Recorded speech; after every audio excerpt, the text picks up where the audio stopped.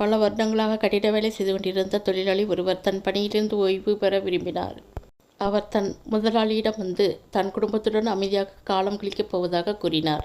இதை கேட்ட முதலாளிக்கு அவரை அனுப்ப மனமில்லை. இறுதியாக ஒரு வீட்டை கட்டித்தருமாறு கேட்டுக்கொண்டார். அவருடைய கோரிக்கையை ஏற்றுக்கொண்டு வீடு கட்ட களத்தில் இறங்கினார்.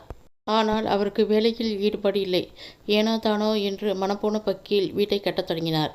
எப்படியோ ஒரு வழியாக ஒரு வீட்டை கட்டி முடித்தார். அவர் கட்டிய வீட்டை பார்வையிடுவதற்காக முதலாளி அங்கு வந்தார். வீட்டை முழுவதுமாக சுற்றி பார்த்துவிட்டு சாவியை அவரிடமே கொடுத்தார். இந்த வீட்டை நீங்கள் பரிசாக வைத்துக் கொள்ளுங்கள் என்று கூறிவிட்டு சென்றுவிட்டார். ஒரு பக்கம் சந்தோஷமாக இருந்தாலும் மறுபக்கம் துக்கமாக இருந்தது. தனக்குத்தான் இந்த வீடு என்று தெரிந்திருந்தால் நான் இன்னும் அழகாக கட்டியிருப்பேனே என்று மனதிற்குள் புலம்ப ஆரம்பித்தார். சில மனிதர்களும் இப்படித்தான் தங்கள் வாழ்க்கையை ஏனோ தானோ என்று வாழ்ந்து கொண்டிருக்கிறார்கள். செய்யும் தொழிலே தெய்வம் என்பதை எப்போதும் மறந்துவிடக்கூடாது.